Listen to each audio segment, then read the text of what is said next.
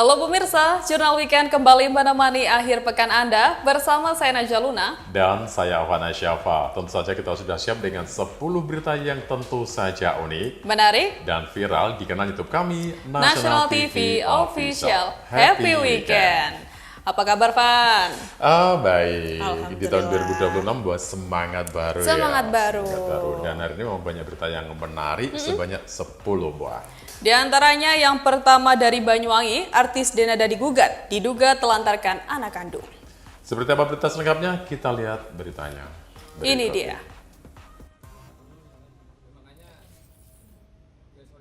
Kabar kurang sedap menggoyang dunia selebriti Indonesia. Artis sekaligus penyanyi Denada digugat oleh seorang pemuda berinisial RR. Pemuda kelahiran Jakarta 24 tahun silam itu mengaku sudah ditelantarkan sejak dia lahir dan dibawa ke Banyuwangi untuk menghilangkan jejaknya. Atas dasar tersebut, melalui kuasa hukumnya, RR menggugat ibu biologisnya, yakni Denada. Kuasa hukum RR, anak biologis Denada, Muhammad Firdaus Yuliantono, membenarkan jika gugatan tersebut telah didaftarkan di Pengadilan Negeri Banyuwangi pada 26 November 2025 lalu.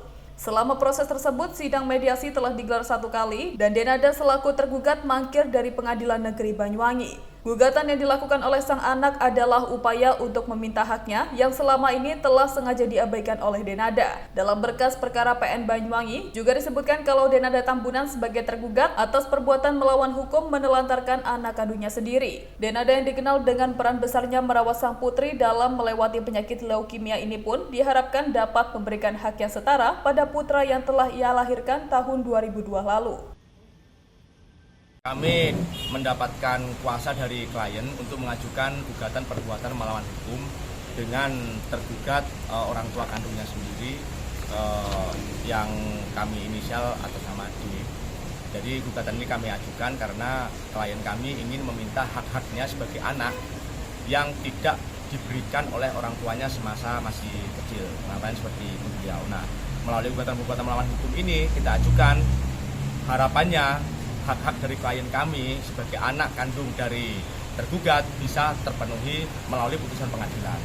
Nah, hari ini gugatan sudah kita ajukan beberapa minggu yang lalu dan saat ini kita barusan selesai melaksanakan sidang mediasi. Karena masih sidang mediasi, kita masih belum bisa menyampaikan pokok perkara secara detail. Namun demikian, bila mana nanti memang dalam mediasi ini tidak ada titik temu, kami pun juga akan membuka secara jelas dan berharap persoalan ini tuntas di pengadilan dan klien kami bisa mendapatkan sebuah keadilan sebagai anak kandung. Seperti itu. Gugatan pun juga sudah kita masukkan kemarin melalui pengadilan. Gitu. Mediasi sudah berlangsung berapa? Masih mediasi pertama. Namun tadi dari pihak tergugat itu yang hadir adalah pengacaranya. Mediasi ditunda minggu depan dengan harapan pihak tergugat ini bisa hadir dan kami pun juga akan menghadirkan klien kami, prinsipal kami untuk bisa bermediasi dengan tergugat.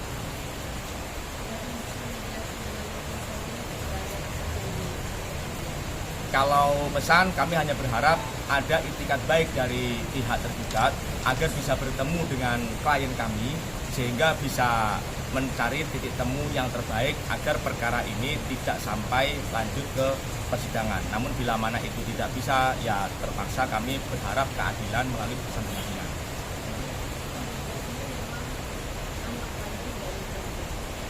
Ya, penggugat ini anak kandung dari tergugat. Usia itu 24 tahun hari ini. Atas dasar untuk memperjuangkan haknya, karena memang kalau ngomongin dasar hubungan darah, saya rasa semua keluarga juga sudah tahu, tergugat pun juga sudah memahami itu. Makanya itu kan bagian dari pokok perkara. Mohon izin nanti akan kita buka dalam sidang pokok perkara di persidangan nanti. Kayaknya ada mediasi lagi atau bukan? Ya, tadi dijadwalkan oleh hakim mediator untuk jadwal kehadiran tergugat dan penggugat prinsipal kami minggu depan, hari Kamis depan. Ini diajukan kapan itu, Mas? Gugatan? Gugatan?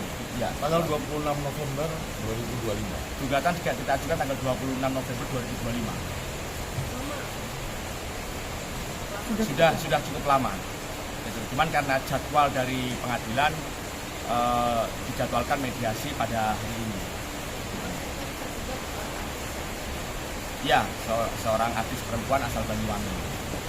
Pasca artis senior Emilia Contessa meninggal dunia pada 27 Januari 2025 lalu, RR mengaku tidak dapat melanjutkan pendidikannya di perguruan tinggi swasta di Banyuwangi lantaran tak punya biaya. Untuk memenuhi kebutuhan sehari-hari, RR bekerja di toko kelontong 24 jam. Dari Banyuwangi, Jawa Timur, Eko Purwanto, National TV melaporkan. Iya, memang berita pertama ini ramai sekali ya di kanal YouTube kami, banyak yang berdebat di kolom komentar. Ya, meskipun sudah berkali-kali diliput dan diekspos, tetap saja warganet atau netizen memang sangat menaruh perhatian terhadap berita tentang seorang remaja atau pria yang mengaku anak biologis dari artis Denada Tambunan asal Banyuwangi. Dan pria atau remaja yang mengklaim dirinya adalah anak biologis dari Denada ini berinisial RR dan mengklaim ditelantarkan sejak lahir dan dibawa ke Banyuwangi. Dan dari kabar yang sudah masuk ke redaksi dari NTV melalui kuasa hukumnya bahwa gugatan telah didaftarkan di Pengadilan Negeri Banyuwangi pada 26 November 2025 lalu. Dan RR dan kuasa hukumnya juga sempat merasa kecewa lantaran sidang mediasi telah digelar namun Denada selaku tergugat tidak hadir. Dan dari gugatan yang diajukan ini ternyata si RR ini menuntut haknya yang ingin maksud kami yang ingin hidup dalam keterbatasan ekonomi, dan dia memang benar-benar pengen diakui bahwa dia adalah anak dari Denada sendiri. Betul, karena dia selama ini merasa kesusahan dalam memenuhi kebutuhan hidupnya, bahkan putus kuliah karena tidak mampu memenuhi atau membayar biaya kuliahnya. Secara ekonomi ya, bahkan dari berita terakhir yang sudah masuk dan kita terima ini, si RR adalah bekerja di toko kelontong yang buka 24 jam penuh. Betul. Dengan gaji yang sebenarnya menurut dia itu kurang layak dan tidak bisa untuk memenuhi kebutuhan hidupnya. Iya, itu dia. Baik, dari Banyuwangi kita beralih ke kabar yang lain, bergeser ke Jambi. Harga biji kopi dunia turun, pedagang di Kerinci tunda ekspor ke luar negeri. Berita selengkapnya akan kita lihat, ini dia.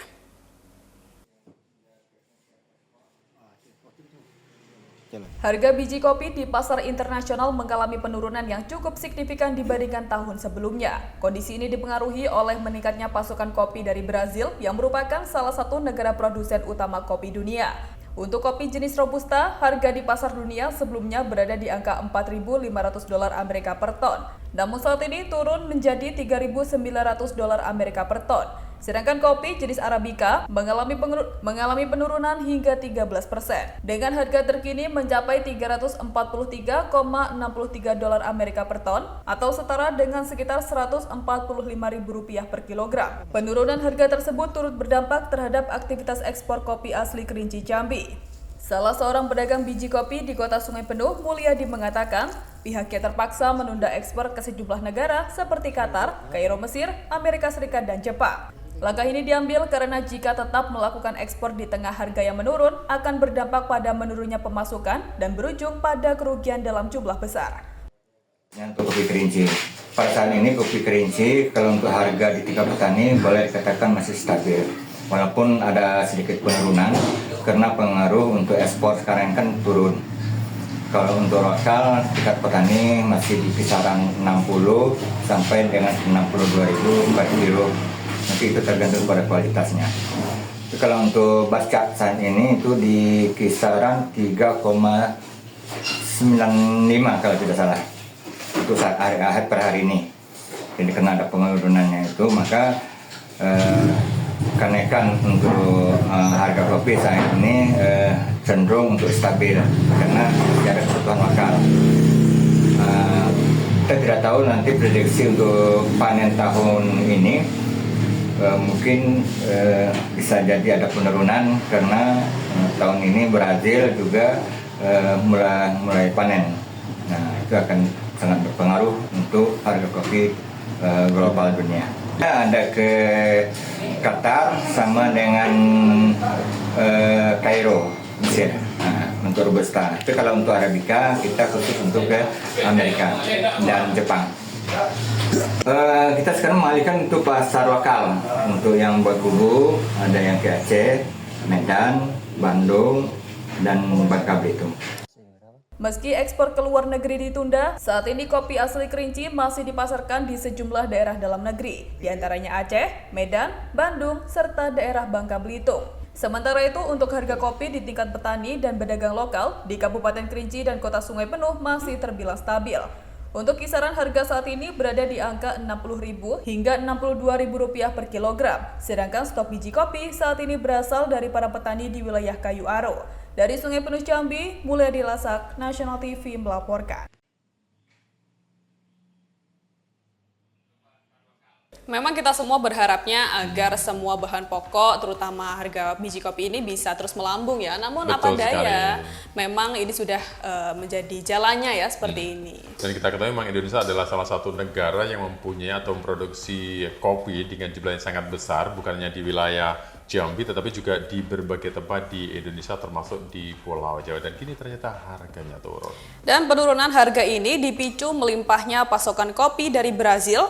Sebagai produsen utama dunia, harga kopi Robusta turun dari 4.500 menjadi 3.900 dolar Amerika per ton, sedangkan Arabica turun hingga 13%. Nah, dan yang seperti sudah kita ungkapkan tadi, bahwa dampak dari turunnya harga kopi dunia ini benar-benar dirasakan oleh pelaku biji kopi, sehingga mereka memilih untuk menunda ekspor ke luar negeri. Dan salah satu pedagang biji kopi yang berada di video kami tadi menyebut kalau ekspor ke Qatar, Mesir, Amerika Serikat, dan Jepang ditunda karena dinilai tidak menguntungkan. Tetapi kalau kita lihat dari sisi positifnya ya, ternyata meskipun tidak ada ekspor, kopi ini tetap dipasarkan di dalam negeri dan ternyata harga di tingkat petani masih terhitung stabil di kisaran Rp60.000 hingga Rp62.000 per kilogram. Ya sebaiknya memang berputar di dalam negeri aja ya, biar kita bisa saling menguntungkan. Betul, kalau memang serapan di dalam negeri cukup, jadi kan nggak perlu ekspor ya. Betul. Ya, dan mudah-mudahan nanti untuk harga kopi ini bisa kembali naik sehingga ekspor kembali bisa berjalan lancar. Semoga saja.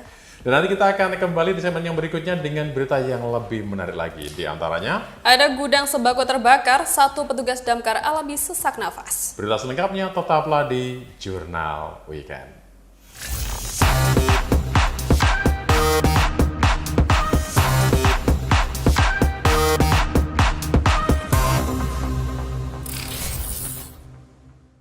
Pemirsa, terima kasih Anda masih bersama kami dalam Jurnal Weekend. Dan kita berada di segmen yang kedua dan berikut berita yang pertama. Dari Jambi, gudang sembako terbakar, satu petugas damkar alami sesak nafas. Lagi-lagi sindiran kebakaran di wilayah Jambi ya. Iya. Berita selengkapnya Ini dia. Kobaran api dengan cepat melahap gudang sembako PT Dunia Aneka Usaha yang berlokasi di Jalan Dharma Wangsa, Kelurahan Palmerah, Kecamatan Jambi Selatan, Kota Jambi pada Jumat 8 Januari 2026 sekitar jam 7 malam waktu Indonesia Barat. Sebanyak 65 personil Dinas Pemadam Kebakaran dan Penyelamatan Kota Jambi diterjunkan ke lokasi dengan mengerahkan 9 unit armada tempur dan supply. Petugas sempat mengalami hambatan dalam proses pemadaman karena banyaknya material minyak goreng kemasan dan plastik yang membuat api sulit untuk dijinakan. Kadis Damkartan Kota Jambi, Mustari Afandi menyatakan bahwa petugas harus menggunakan cairan khusus liquid foam untuk menanggulangi kebakaran itu. Beruntung, api yang berkobar berhasil dipadamkan petugas setelah dilakukan proses penanganan sekitar 50 menit. Dalam insiden ini, seorang petugas damkar atas nama Muhajirin dari Peleton 3 Makum mengalami sesak nafas saat berjibaku dengan asap tebal dan langsung dievakuasi oleh tim. Dugaan sementara, api berasal dari hubungan pada arus listrik atau korsleting yang kemudian menyambar bahan mudah terbakar di dalam gudang itu. Meski tak ada korban jiwa dari pihak warga, total kerugian material hingga kini masih dalam proses pendataan. Jangan dari korsleting itu yang menyambar media terdekat yaitu minyak, dan kita menggunakan liquid foam oil karena media ini adalah kelas B. Alhamdulillah pemadaman hanya membutuhkan waktu setengah jam dan menurunkan armada 9 armada dengan personil 60 personil karena untuk mengantisipasi jangan sampai ada pelebaran ataupun kurangnya air. Dari Kota Jambi, Eko Wijaya, National TV melaporkan. Memang usaha damkar ini tidak ada habisnya ya, Betul selalu sekali. totalitas. Kalau dulu namanya adalah damkar, sekarang menjadi damkarmat atau damkarton. Jadi dia ini tidak hanya menangani tentang masalah kebakaran, tapi juga masalah hal lain termasuk kebakaran yang terjadi di wilayah Jambi ini. Dan dalam kasus ini sebanyak 65 personel Damkartan Kota Jambi dengan 9 unit armada diterjunkan ke lokasi. Namun pemadaman sempat terhambat karena banyaknya material minyak goreng dan plastik yang mudah terbakar. Sementara kebakaran sendiri terjadi di sebuah gudang sembako yaitu milik PT Dunia Aneka Usaha di Jalan Dharma Wangsa, Kelurahan Palmerah, Kecamatan Jambi Selatan, Kota Jambi pada 8 Januari lalu. Dan dalam proses pemadaman api dalam kasus tersebut, petugas menggunakan cairan liquid foam untuk memadamkan api dan setelah 50 menit api berhasil dijinakan. Meski begitu, pemadaman memang tidak mudah dilakukan karena menghadapi tantangan di antaranya banyaknya material yang mudah terbakar seperti minyak goreng dan sejenisnya yang membuat api semakin membesar. Dan itulah ya yang menyebabkan petugas mengalami sesak nafas. Dan dugaan sementara adalah karena korsleting listrik. Kita beralih ke berita selanjutnya dari Banyuwangi. Insiden kecelakaan jalur Situbondo Banyuwangi, sejumlah penumpang terjepit. Kita lihat berita selengkapnya. Ini dia.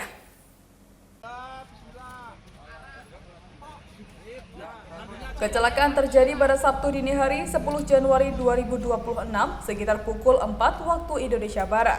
Mobil pickup box dan truk angkutan barang bertabrakan di Jalur Raya Nasional, Kecamatan Kalipuro, Kabupaten Banyuwangi. Kantor Pencarian dan Pertolongan atau Basarnas Banyuwangi menerima laporan kejadian pada pukul 4.32 waktu Indonesia Barat dari petugas lalu lintas Polres Banyuwangi. Laporan menyebutkan adanya korban terjepit yang memerlukan penanganan khusus di lokasi kejadian. Tim rescue Basarnas langsung diterjunkan ke lokasi dan tiba 5 menit kemudian, petugas menggunakan peralatan ekstrikasi untuk menyelamatkan korban yang terjebak di dalam kendaraan.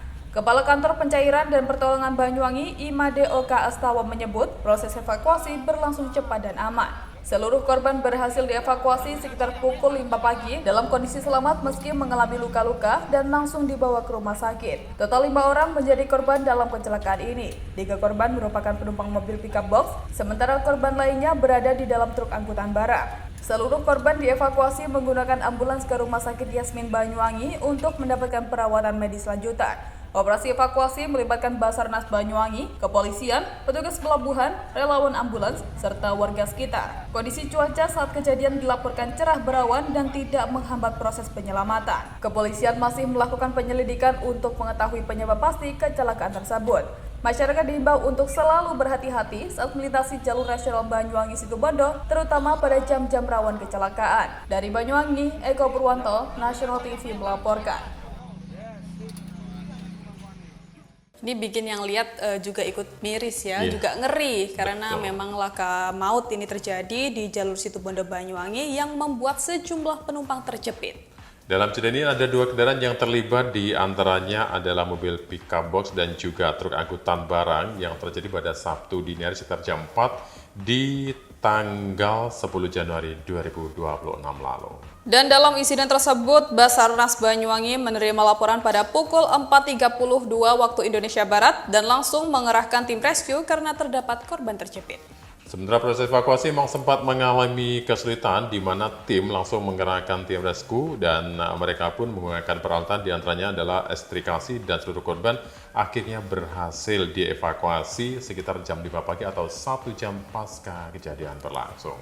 Total 5 orang menjadi korban dan seluruhnya mengalami luka-luka namun dalam kondisi selamat, kemudian dibawa ke Rumah Sakit Yasmin Banyuwangi. Dan atas peristiwa ini sejumlah korban maupun kasus ini sedang dalam penyelidikan pihak kepolisian untuk mengetahui penyebab pasti apa yang membuat kecelakaan itu terjadi. Beruntung petugas bergerak cepat ya. Betul sekali. Kita masih di Jalan Weekend, kita punya berita selanjutnya. Dari Lampung, perampok bersenjata tajam satroni rumah di Lampung Selatan.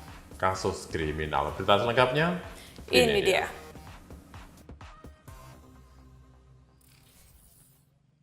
Satu unit rumah milik warga di Desa Tanjung Agung, Kecamatan Katibung, Lampung Selatan, disatroni perampok saat pemilik rumah sedang berjualan di pasar. Naas, anak perempuan korban yang saat itu berada sendirian di rumah, turut menjadi korban aksi kejahatan tersebut.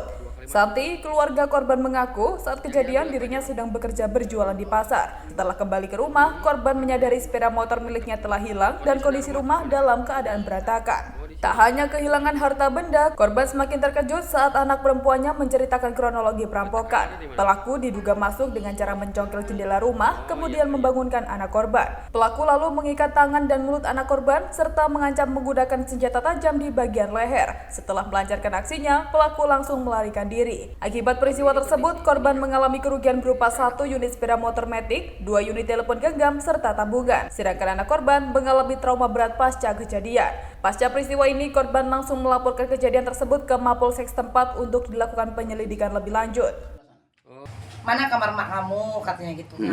Mak kamu pulang jam berapa? Ya. Itu tangan itu Diikat sama si maling. sama si maling itu diikat, tangan mulutnya diikat juga. Katanya awas kamu jangan teriak, katanya gitu kan. Kalau kamu teriak awas, katanya gitu. Pisaunya udah diler nih di sini. 2 sampai 3 orang sih kalau perkiraan gitu ya. Kalau 1 orang sih nggak mungkin ya kalau 1 orang. Karena posisi lampu juga dimatiin. Ya, dari tamisnya itu dimatiin posisinya. Sama si pelaku. Sama si pelaku itu. Oh iya. Pokoknya isi kamar itu pokoknya udah turun semua ke bawah. Selain motor apa aja, Kak? HP, Motor sama apa lagi? HP 2, motor sama tabungan. Pemilik rumah berharap aparat kepolisian segera berhasil menangkap pelaku agar memberikan rasa aman dan keadilan, terutama bagi anak korban yang masih mengalami trauma. Dari Lampung Selatan, Lampung, Jupri, National TV melaporkan. Meskipun kita kadang sudah hati-hati, namun orang lain yang nyalah duluan ya. Iya, seperti dalam aksi kriminal ini, di mana satu rumah warga di Desa Tanjung Agung, Kecamatan Katibung, Lampung Selatan, saat ini perampok bersenjata tajam. Dalam kasus ini, anak perempuan korban yang sendirian di rumah turut menjadi korban dan diancam senjata tajam setelah pelaku masuk dengan mencongkel jendela. Dan saat kejadian, orang tua dari anak yang menjadi korban ini diketahui sedang berbelanja atau pergi ke pasar, sehingga anak itu dalam kondisi tidak ada teman atau sendiri saja. Dan ketika pulang, korban menyadari bahwa motornya hilang dan rumahnya dalam kondisi berantakan. Pelaku juga menggasak 2 telepon genggam serta tabungan milik korban. Dan tidak dapat dipungkiri, mengakibat peristiwa ini, anak korban mengalami trauma berat. Sementara selanjutnya, korban sendiri segera melaporkan kasus ini ke polisi dan berharap pelaku bisa segera ditangkap. Ya, semoga kita mendapat updatean setelah pelaku ditangkap ya. Semoga bisa ditangkap, dan ini tapi memang sering terjadi hal serupa ya. Betul. Di wilayah setempat. Dan nanti kita masih punya beberapa berita menarik lainnya di segmen yang ketiga. Di antaranya, sempat dinyatakan hilang 2 nelayan asal Kuala Tungkal ditemukan selamat. Jangan kemana-mana, kembali lagi dalam Jurnal Weekend.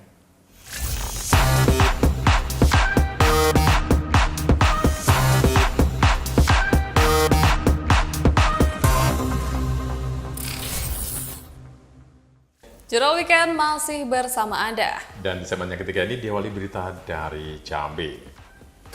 Sempat dinyatakan hilang, 2 nelayan asal Kuala Tungkal ditemukan dalam kondisi selamat. Bagaimana berita selengkapnya? Ini dia.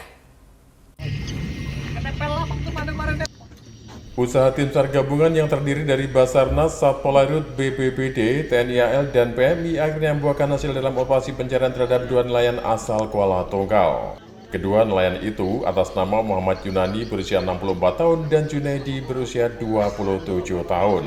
Keduanya merupakan warga Jalan Binakarya, Kuala Tungkal, Kabupaten Tanjung Jabung Timur, Jambi. Sebelumnya, korban dilaporkan hilang kontak saat sedang mencari udang ketak di perairan Bendahara, Tanjung Jabung Timur. Setelah dilakukan penyisiran, tim akhirnya berhasil menemukan korban di sekitar muara Sungai Alang-Alang pada pukul sekitar 4 sore waktu Indonesia Barat. Kapal nelayan tersebut diketahui dalam kondisi mati mesin sehingga kedua nelayan tak punya pilihan lain saat berada di tengah laut. 2 orang nelayan udang ketak asal Kuala Tungkal hilang kontak di perairan Bendahara, Tanjung Jabung Timur, di mana atas nama Muhammad Yunani 64 tahun, Junaidi 27 tahun, asal Jalan Binakarya, Kuala Tungkal.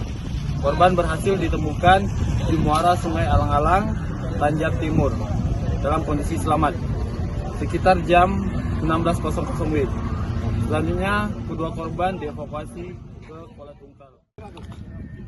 Usai ditemukan, kedua korban langsung dievakuasi menggunakan kapal patroli untuk dikembalikan ke pihak keluarga di Kuala Tungkal.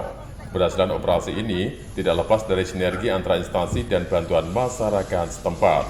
Dari Tanjung Jabung Barat Jambi, Eko Wijaya, Nasional TV melaporkan. Ini juga gak kalah rame di media sosial kami karena memang cukup dramatis ya proses Betul evakuasinya. sekali. Dan ini merupakan dampak dari cuaca ekstrim yang memang selama beberapa bulan atau sejak Desember 2025 sampai Januari memang melanda beberapa perairan wilayah, maksudnya wilayah perairan di Indonesia, salah satunya di Jambi ini. Dan dalam kasus ini memang 2 nelayan asal Kuala Tungkal yang sempat hilang kontak saat mencari udang ketak di perairan Bendahara Tanjung Jabung Timur. Kedua korban bernama Muhammad Yunani 64 tahun dan Junaidi 27 tahun. Ditemukan di sekitar Muara Sungai Alang-Alang pada pukul 4 sore waktu Indonesia Barat. Beruntung kapal nelayan yang diketahui mengalami mati mesin ini bisa ditemukan, di mana awalnya mereka sempat terombang-ambing di tengah laut, dan setelah ditemukan kedua nelayan langsung dievakuasi menggunakan kapal patroli. Dan ternyata mesin mereka dalam kondisi mati. Ya, dan pasca dievakuasi langsung disambut pihak keluarga ya, karena juga merupakan peristiwa yang bukan pertama kali terjadi. Sementara dengan adanya kegiatan ini, tim SAR juga melibatkan termasuk Basarnas, Satpol Airut, BPBD dan juga TNI, Angkatan Laut dan juga PMI serta masyarakat nelayan setempat. Kompak ya, mereka mengevakuasi korban yang terombang-ambing di laut ini. Dan mereka juga diberi peringatan ya, para nelayan supaya selalu berhati-hati dengan cuaca yang kurang bersahabat. Iya. Dan kita beralih ke berita selanjutnya dari Banyuwangi. Ular piton nangkring di langit-langit rumah sempat buat warga geger. Ini juga kejadian yang kesekian kalinya. Berita selengkapnya? Ini dia. Ketenangan warga lingkungan Sukowidi, Kecamatan Kalipuro, Banyuwangi terusik dengan hadirnya seekor ular piton yang bergelantungan di atap rumah warga pada Jumat siang lalu. Pemilik rumah yang ketakutan mengetahui adanya ular liar ini langsung melaporkan temuan tersebut kepada petugas Dinas Pemadam Kebakaran dan Penyelamatan atau Damkarmat Banyuwangi. Tak lama setelah menerima laporan, tim Damkarmat dari Kecamatan Kota Banyuwangi tiba di lokasi. Menggunakan peralatan pengaman seperti sarung tangan dan penjepit ular, mereka langsung melakukan upaya proses evakuasi. Namun evakuasi itu tak berlangsung mudah karena selain sulitnya medan, ular itu juga bergelantungan di kayu atap tepat di bawah genteng yang tinggi. Ular jenis piton sepanjang 3 meter ini diketahui sangat agresif. Petugas pun harus ekstra hati-hati saat melakukan evakuasi dengan tangga. Beberapa kali juga saat akan evakuasi petugas, ular itu berupaya melakukan perlawanan dengan melilit tangan petugas. Beruntung, berkat kesikapan dari petugas Damkarmat, ular akhirnya berhasil dievakuasi dari atap rumah setelah 15 menit petugas melakukan proses evakuasi. Ular tersebut diketahui sudah seringkali muncul di kawasan permukiman lingkungan Sukowidi. Namun, sebelumnya selalu lolos saat warga sekitar berupaya untuk menangkapnya. Keberadaan ular piton yang bergelantungan di atap ini pertama kali diketahui istri pemilik rumah saat ia hendak menidurkan bayinya di dalam kamar pada Jumat siang. Kaget melihat ada ular, istri pemilik rumah langsung kabur keluar rumah sambil menggendong anaknya untuk meminta pertolongan tetangga sekitar. Jalan-jalan di sekitar atas genteng situ, itu ukurannya sekitar 3 meter. Seukuran 3 meter, kemudian dapat info juga dari warga kalau misalnya subuh-subuh itu sebenarnya si ular ini sudah ada di musola gitu. Jadi sebelum ada di rumah sini itu dia ada di musola, kemudian sama warga itu ada yang mencoba untuk diusir, tapi ya nggak tahu rezeki nggak tahu siang ya, larinya ke sini 3 meter. Setelah itu cepat-cepat bergegas langsung hubungi damkar buat penanganan. Hingga kini ular sepanjang 3 meter ini masih berada di kantor Damkarmat Banyuwangi. Untuk selanjutnya akan diserahkan kepada pihak BKSDA Banyuwangi agar dilepas liarkan kembali ke habitatnya. Dari Banyuwangi, Jawa Timur, Eko Purwanto, Nasional TV melaporkan. Dan ini juga memang menjadi kekhawatiran beberapa warga ya yang ada di lingkungan setempat karena hal ini bukan sekali saja terjadi. Dan perlu diketahui memang kalau curah hujan sudah mulai tinggi, kemudian untuk binatang liar masuk ke rumah itu potensinya sangat besar. Bukan hanya ular piton, bisa juga jenis hewan lain seperti kalajengking, dan yang ini terjadi di Banyuwangi adanya ular piton masuk permukiman. Dan untungnya pemilik rumah langsung melaporkan kejadian tersebut ke petugas Damkarmat Banyuwangi yang segera tiba di lokasi dan melakukan evakuasi menggunakan peralatan khusus. Sementara peristiwa itu terjadi di daerah lingkungan Sukowidi, Kecamatan Kalipuro, Banyuwangi, karena seekor ular piton yang masuk ke rumah warga ini panjangnya mencapai sekitar 3 meter, bahkan berkelantungan di atap rumah warga. Dan tentu saja jika berurusan dengan hewan buas seperti ini, proses evakuasi berlangsung cukup menegangkan karena ular berada di atap tinggi dan bersifat agresif, bahkan sempat melilit tangan petugas. Dan dalam prosesnya sendiri memang butuh waktu yang agak lama, sekitar 15 menit untuk bisa melakukan evakuasi karena ular ini juga tidak mudah dan sempat melawan ketika dievakuasi. Betul, untuk ditangani oleh tangan-tangan ahli ya, jadi tidak langsung dibunuh ularnya. Betul sekali, rencananya akan dilepas liarkan ya. Baik, kita beralih ke berita yang lain dari Jambi kembali. Berkah musim duku di Jambi, petani bisa raup omset hingga puluhan juta rupiah. Menyenangkan nih, barangkali kita bisa kecipratan dukunya. Kita lihat berita dukunya. Ini dia. Suasana gembira menyelimuti para petani duku di Desa Air Gemuruh, Kecamatan Batin 3, Kabupaten Bungo, Provinsi Jambi. Pada awal Januari 2026 ini, para petani buah duku mulai memasuki masa panen raya. Duku lokal asal Kabupaten Bungo sudah lama dikenal masyarakat luas karena memiliki ciri khas rasa yang manis dan legit. Selain itu, kulitnya yang tipis membuat buah ini sangat mudah dikupas saat sudah matang dari pohonnya.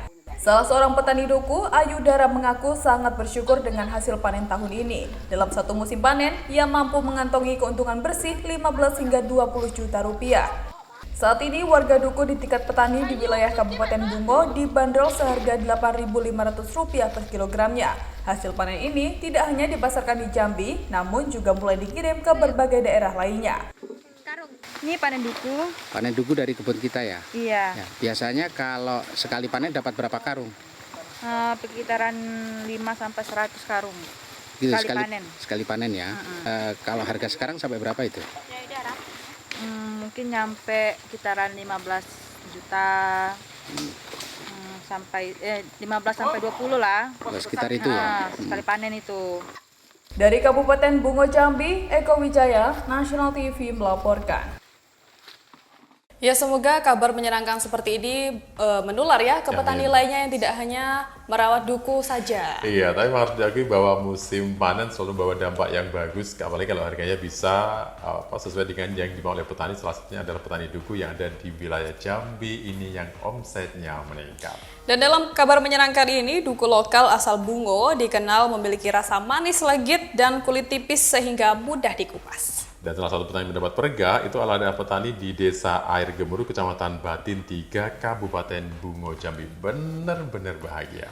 Dan yang menarik lagi dalam video tadi diketahui bahwa petani mampu meraih keuntungan bersih di harga 15 hingga 20 juta rupiah. Ini yang perlu kita ketahui ya, ini per hari, per minggu, per bulan, bagaimana? Ini banyak banget ya. Apakah kita harus datang langsung menanyakan ke sana, ke Jambi ya. Dan sebenarnya kalau harga normalnya di sana ya, dia tuh Rp8.500 per kilogram, dan dari hasil panen ini tidak hanya dipasarkan di Jambi saja, tapi ternyata juga dikirim ke berbagai daerah lain. Kemungkinan Banyuwangi juga bisa itu. Cukup terjangkau tapi bisa meraup omset jutaan rupiah. Wow, 15 sampai 20 juta rupiah. Iya. Sangat menyenangkan. Dan nanti kita masih punya beberapa berita, 2 diantaranya di segmen yang ketiga, yaitu diduga cabuli siswi SMP, oknum pegawai pajak di Kota Jambi diambuk massa. Tetaplah bersama kami untuk berita selengkapnya di Jurnal Weekend.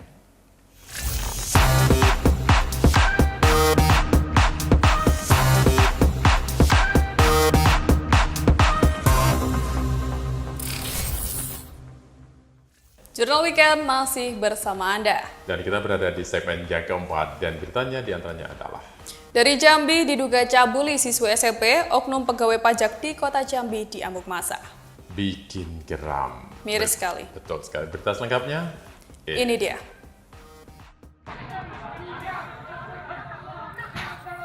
Inilah rekaman video amatir saat ratusan warga mengepung dan menangkap seorang pria berinisial DH di kawasan Danau Sipin, Kota Jambi.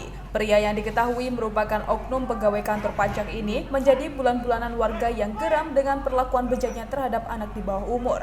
Ketua RT 26 Kelurahan Selamat Kecamatan Danau Sipin Kota Jambi, Herman menyatakan pelaku merupakan warga pendatang asal Sumatera Selatan yang mengontrak seorang diri. Aksi pelaku terbongkar setelah korban mengaku telah 3 kali dicabuli dengan iming-iming uang sebesar Rp30.000.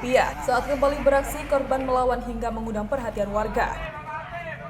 Korban ini ngomong, itu tuh kata si korban tuh, Pak sudahlah Pak jangan itu lagi.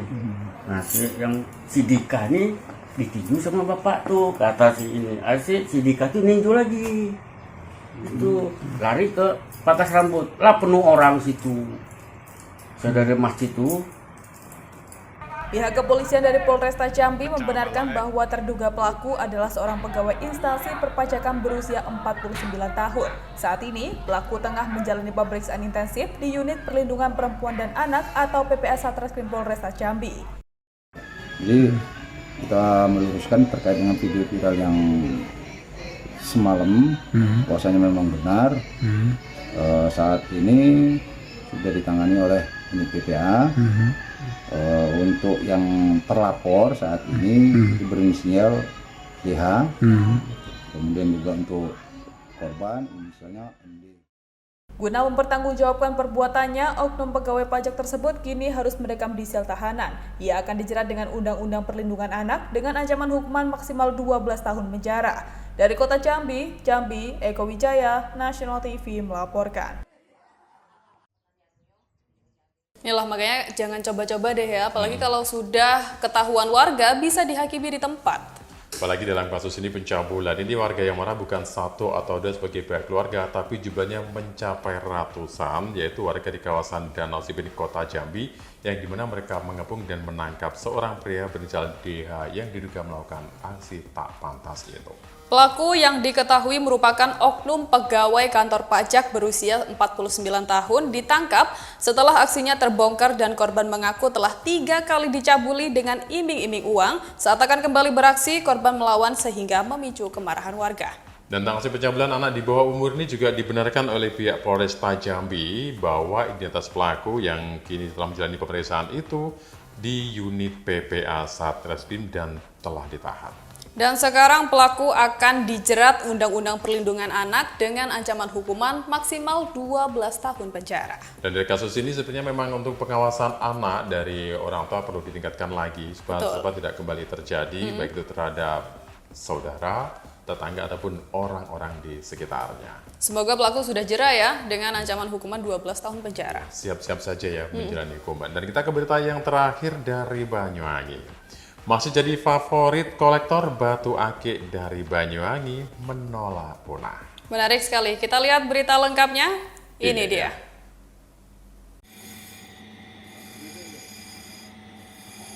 Di galeri sederhana yang berada di halaman rumah di Desa Gambiran, Kecamatan Gambiran, Banyuwangi, Jawa Timur, Ahmad Suprayitno atau yang dikenal sebagai Prayitno Aki bersama istrinya setiap hari masih memproduksi cincin batu aki yang merupakan permintaan pelanggan yang datang baik dari dalam maupun luar negeri.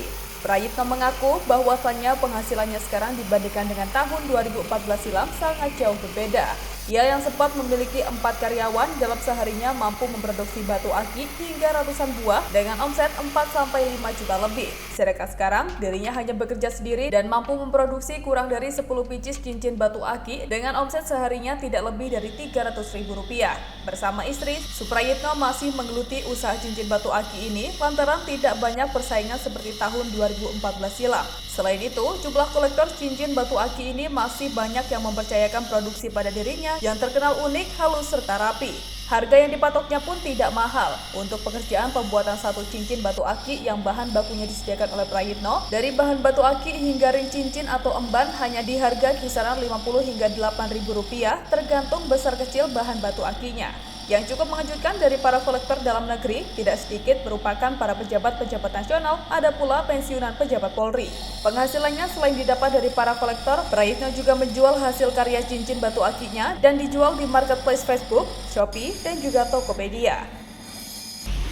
Insya Allah mungkin 2012 lah, 2012 sekitaran bulan Desember, 2013 atau 2012 agak lupa, mungkin 2012 Desember lah. Itu mulai berkecimpung di Batu Ake ya. Tapi mulai dari skala kecil.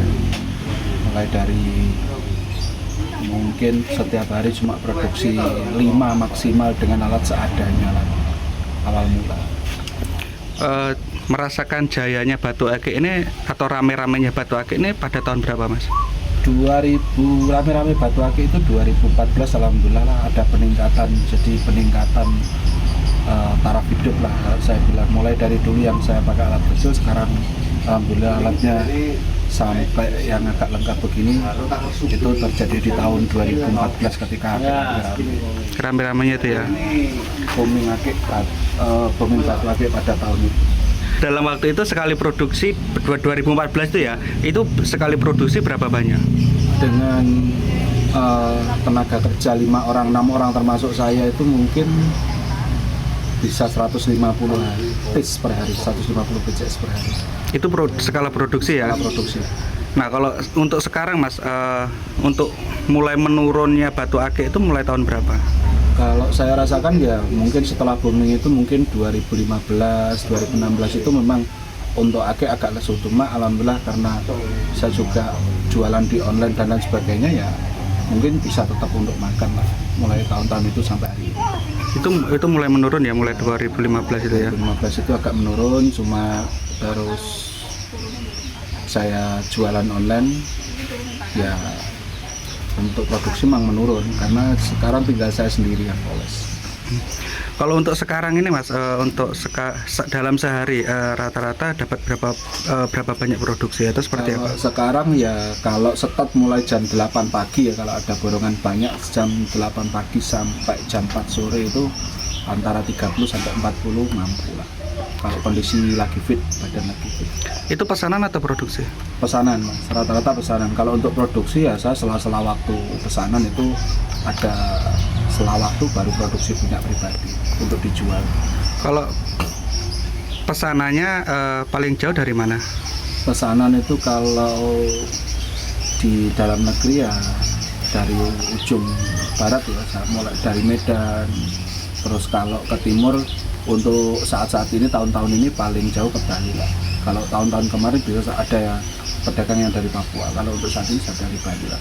Untuk luar negeri Taiwan biasanya, terus kemudian Brunei, Hong Kong, terus kemarin ada pelanggan dari Selandia Baru untuk via Pinterest. Kalau 2014 sama 2025 ini omsetnya menurunnya berapa banyak? Agak lupa Mas, tahun-tahun itu agak lupa lah.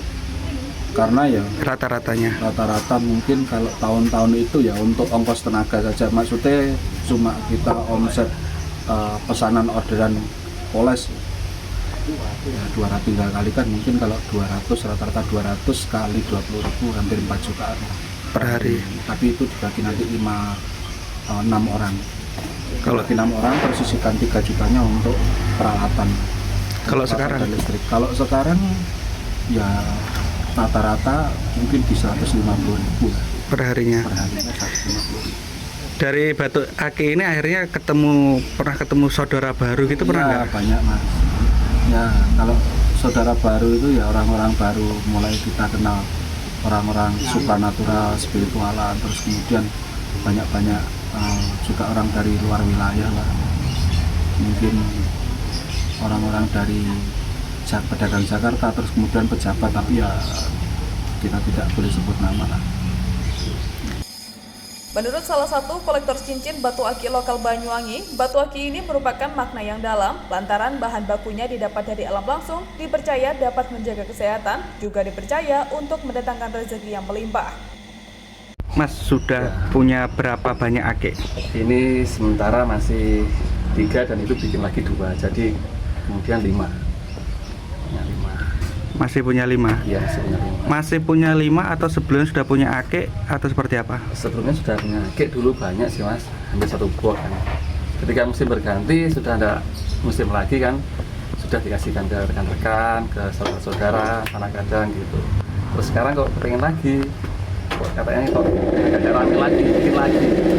Sebenarnya ake itu kayak gimana Mas? Kayak dibilang kayak nagih gitu.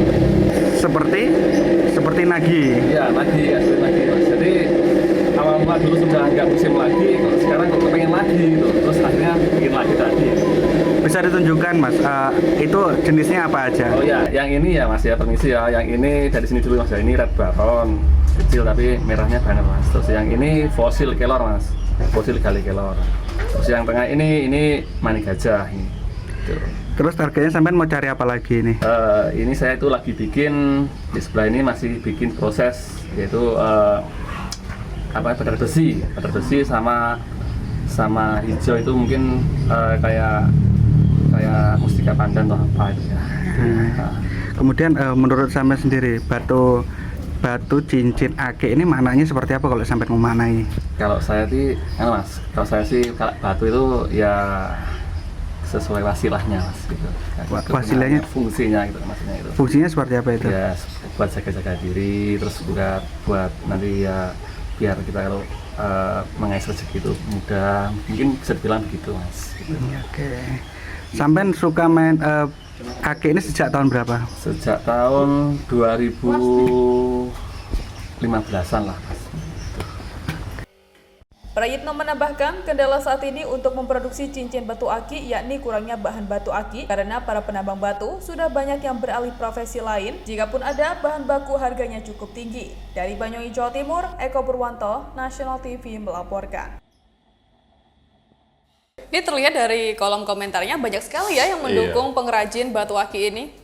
Walaupun sebenarnya ake ini sempat booming beberapa tahun yang lalu, dan saya sempat mikir bahwa saat ini nggak begitu banyak yang suka. Ternyata yang di Gambiran Banyuwangi ini masih mendapatkan pesanan dengan jumlah yang sangat luar biasa meskipun tidak se-booming dulu. Loh, jangan salah, Van, ini yang pesen nggak cuman warga lokal atau Indonesia saja, bahkan mancanegara juga tertarik memesan batu cincin aki ini yang dikerjakan bersama istrinya. Betul sekali. Pemiliknya adalah Pak Suprayitno, warga Desa Gambiran, Kecamatan Gambiran, Banyuwangi, Jawa Timur. Meskipun ia mengakui ya, kalau dulu itu sebelumnya sempat punya beberapa karyawan, tapi terdapat COVID, kemudian mencoba bangkit lagi, dan sekarang dia mengerjakannya seorang diri alias bersama istrinya saja.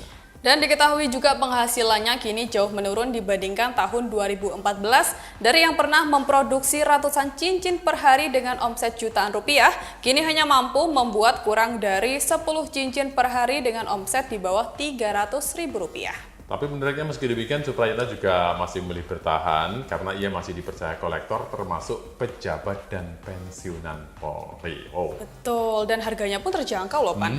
Dari Rp50.000 hingga Rp8.000 per cincinnya. 80, bukan 8.000, iya, sampai Rp80.000. Ya. Dan untuk masalah sendiri ternyata juga menggunakan medsos. Canggih sudah ya. Sekali.